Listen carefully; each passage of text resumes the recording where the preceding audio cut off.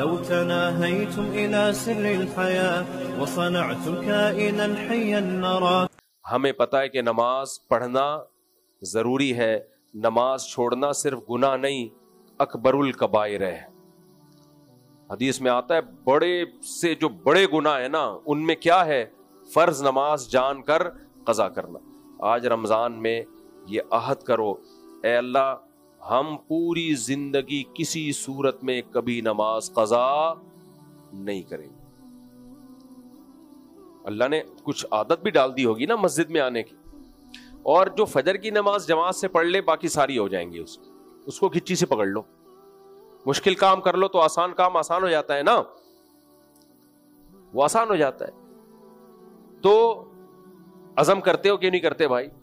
دوسرا کام، اس زمانے کا سب سے بڑا جرم بے حیائی ہے. فحش فلمیں، لڑکیوں سے دوستیاں. میں بار بار یہ سب چیزیں اس لیے کہتا ہوں کہ آج نوجوان اس میں بہت زیادہ مبتلا ہیں اور اس کو گناہ سمجھنا چھوڑ دیا. یہ تو سب کرتے ہیں، یہ تو سب کرتے ہیں. لوط علیہ السلام کی قوم میں لڑکوں سے بدفعلی تھی، چند لوگ کرتے تھے یا سب کرتے تھے؟ سب کرتے تھے. اللہ نے چھوڑ دیا اس بیس پہ کہ سب کرتے ہیں. کیسا پٹخا ہے اس قوم کو اٹھا کے، کیسا پٹخا ہے. ایسے فرشتوں نے زمین کو اٹھایا اور الٹا دے مارا ہے.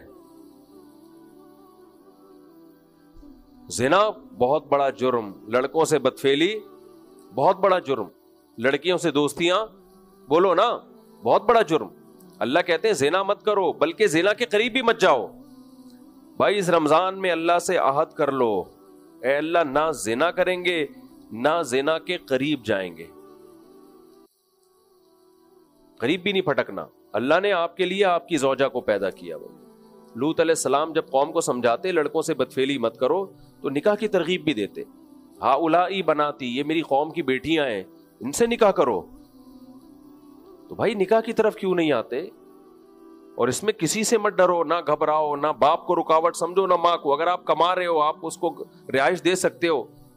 بار بار میں کہتا ہوں سوسائٹی کی ایسی کی تیسی. بھائی خدا نے جس چیز کی اجازت دے دی تو اب کسی سے پرمیشن لینے کی ضرورت بولو نا نہیں. ابھی میں نے اتنا لمبا بیان کیا نا، جب اللہ کہہ دے اچھا ہے تو بس اچھا ہے. تو اللہ کہہ رہا ہے بالغ ہونے کے بعد جلدی نکاح کرنا برا ہے یا اچھا ہے؟ اچھا ہے تو بس اچھا ہے، کریں گے. بھائی ہم نے جو شادی کی وہ لوگوں سے پوچھ کے تھوڑی کی ہے. اس سے بڑے واقعات ہیں، پھر میں کیا بتاؤں آپ کو. تو مت پوچھو کسی سے. اس بے حیائی کے طوفان میں نکاح کے بغیر بچنا بہت مشکل، بہت مشکل. تو توبہ کرو. تیسری چیز ہماری سوسائٹی میں خواتین میں بے پردگی. خواتین اس سے توبہ کریں. عورت کی سب سے بڑی نیکی ہے کہ وہ پردہ کرتی ہے اس زمانے میں، کیونکہ پردے کو اپریشیٹ کرنے والے ختم. چوتھی چیز، آج نوجوانوں میں نشہ بہت تیزی سے آ رہا ہے. یہ شیطان ہے جو تمہارے لیے برائی کو مزین کر رہا ہے. ہم نے اسٹڈی کرنی ہوتی ہے، ہم ایکچولی تھک جاتے ہیں تو کچھ ہمیں ایسی ڈرگز لینی پڑتی ہیں. کچھ بھائی بڑے بڑے سائنٹسٹ پیدا ہوئے ہیں، علماء پیدا ہوئے. حافظ ابن حجر نے جو فتح الباری لکھی ہے، انسانی عقل حیران ہو جاتی ہے کیسے لکھی ہوگی اس زمانے میں، جب قلم کو سیاہی میں ڈبو کے ایک لفظ لکھتے تھے اور سیاہی خشک، پھر دوبارہ ڈبو کے دوسرا لفظ. اتنی بڑی بڑی کتابیں لکھ دیں. وہ تو نشہ نہیں کرتے تھے، تو چائے کافی بھی نہیں پیتے تھے، تو کیسے کر لیا انہوں نے؟ تو جو نشہ حرام ہے، میں نہیں کہہ رہا آپ چائے کافی چھوڑیں، وہ آپ کا اپنا ذاتی مسئلہ ہے، وہ حرام نہیں ہے. لیکن کچھ چیزیں حرام ہیں، وہ اللہ نے پابندی لگائی. چرس کیا ہے؟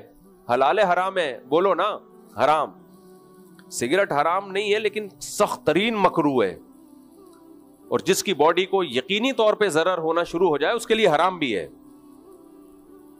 ڈاکٹر کہہ دینا کہ آپ نے سگریٹ پی تو آپ کو کینسر ہوگا، آپ کے پھیپڑے خراب ہوں گے لازمی، ایسی کنڈیشن میں کیا ہے وہ تو بالکل حرام ہے. اللہ کہتے ہیں اپنے آپ کو اپنے ہاتھوں سے ہلاکت میں مت ڈالو. جتنی نعمتیں اللہ نے ہمیں دنیا میں دی ہیں، کسی ایک نعمت کو ضائع کرنا جائز ہے؟ بتاؤ. آپ اٹھا کے 10 روپے کا نوٹ ایسے ہی پھینک دو، حلال ہے حرام ہے؟ حرام ہے نا، ضائع کر رہے ہو نعمت. تو اپنی جان سے زیادہ قیمتی کوئی نعمت ہے؟ خودکشی اسی وجہ سے بہت بڑا جرم ہے کہ اس میں آپ جو سب سے بڑی نعمت زندگی تھی اس نعمت کی ناقدری کرتے ہیں. تو بھائی جب آپ کی صحت کو ڈاکٹر نے کہہ دیا کہ بیڑا غرق ہو رہا ہے سگریٹ پینے سے، تو یہ خودکشی ہوئی کہ نہیں ہوئی؟ تو کیسے حلال ہو گئی پھر یہ آپ کے لیے؟ تو توبہ کرو شراب سے، ہر طرح کے نشے سے، اور جو بچے ہوئے وہ قریب بھی مت جائیں کسی کے کہنے پہ. یونیورسٹیوں میں، کالجوں میں لڑکے بانٹ رہے ہوتے ہیں، ابے پی لے بھائی، اس سے بڑا ریلیکس ہوتا ہے، وہ دماغی کام کرنے کے لیے پینا ضروری ہے. بھائی شیطان ہے جو آپ کے لیے برائی کو مزین. میں نے کتنے دماغی کام کیے بھائی، اللہ کا شکر ہے دماغی کام ہی کر رہے ہیں ہم تو جب سے مدرسے میں آئے ہیں. کوئی ہم ایتھلیٹ تو ہے نہیں. ہمارے سارے کام کہاں سے ہوتے ہیں؟ تدریس یہ کس کا کام ہے؟ پڑھانا، ٹیچنگ. دماغ کا اسٹڈی کس کا کام؟ یہ دماغ استعمال ہوتا ہے نا مطالعہ کرنے میں. کوئی ریسرچ کرنی ہو کیا استعمال ہوتا ہے؟ دماغ. بول رہا ہوں کیا بغیر سوچے بول رہا ہوں؟ سوچ کے بول رہا ہوں نا. تو اس کے لیے کیا استعمال ہو رہا ہے؟ دماغ. تو چرس پیے بغیر ہی ہو رہا ہے سارا، ہیروئن پیے بغیر ہی ہو رہا ہے، سگریٹ بولو پیے بغیر ہو رہا ہے. تو آپ یہ جو ہماری ینگسٹر ہیں یہ کیوں نہیں کر سکتے بھائی؟ تو ڈپریشن کا وہ علاج اس طرف مت جاؤ کہ اس سے اسٹریس اور ڈپریشن کم ہونے کے بجائے بڑھ جائے. جتنے نہ ہماری سوسائٹی میں اب آہستہ آہستہ شراب پھیل رہی ہے، چھوڑ دو. اگر کسی نے کیا ہے نشہ ایک دم لات مار دے. ہمارے ایک دوست نے کیا کیا، ان کو بہت سخت نشے کی عادت تھی. کہتے میں نے 6 مہینے کے لیے اپنے آپ کو کمرے میں بند کر لیا. ماں سے بولا مر جاؤں گا دوبارہ یہ نہیں لوں گا. کہتے میں مسجد بھی نہیں گیا، گھر میں نماز پڑھتا تھا. مسجد میں جاتا وہ دوست نظر آ جاتے مجھے جو نشہ کرتے تھے. مجھے خطرہ تھا کہ دوبارہ ہی شروع نہ ہو جاؤں میں. کہہ رہے صرف جمعہ پڑھنے جاتا تھا اور پڑھ کے فوراً واپس گھر. مجبوری میں جائز ہے یہ علاج کے لیے. 6 مہینے بعد کہہ رہے میں نے کنڈی کھولی ہے اور جو حالت ہوتی تھی تو مرنے لگتا تھا لیکن نہیں پیوں گا میں. کہہ رہے اس کا فائدہ کیا ہوا؟ کانفیڈنس اپنے اوپر اتنا پیدا ہو گیا. اب جو کام سمجھتا ہوں برا ہے چھوڑنے کی اللہ نے ہمت دے دی. کم ہمت لوگوں کو دنیا میں جینے کا حق نہیں ہے. دنیا میں ہمیشہ ہمت والے لوگ جیتے ہیں. بھائی ہمت کر کے کیا کرو؟ چھوڑ دو اس کو. اگر کوئی شراب پیتا ہے ڈاکٹر سے علاج کراؤ اس کا، ہمت کرو. تو یہ چند گناہ ہیں ہماری سوسائٹی میں بہت زیادہ ہیں. اور رمضان کے جو تھوڑے سے لمحات باقی رہ گئے اس میں دعا کی عادت ڈالو. حضرت عمر کا مشہور قول ہے کہ مجھے اس کی فکر نہیں ہوتی کہ میری دعا قبول ہو رہی ہے کہ نہیں ہو رہی، مجھے فکر اس کی ہوتی ہے کہ دعا کی توفیق مل رہی ہے کہ نہیں مل رہی. دعا کی ہاتھ اٹھانے کی توفیق مل رہی ہے، بہت بڑی نعمت ہے. قبول تو اللہ کا کام ہے کرنا. اللہ تعالیٰ سمجھنے کی عمل کی توفیق عطا فرمائے. ہوا و حرص والا دل بدل دے،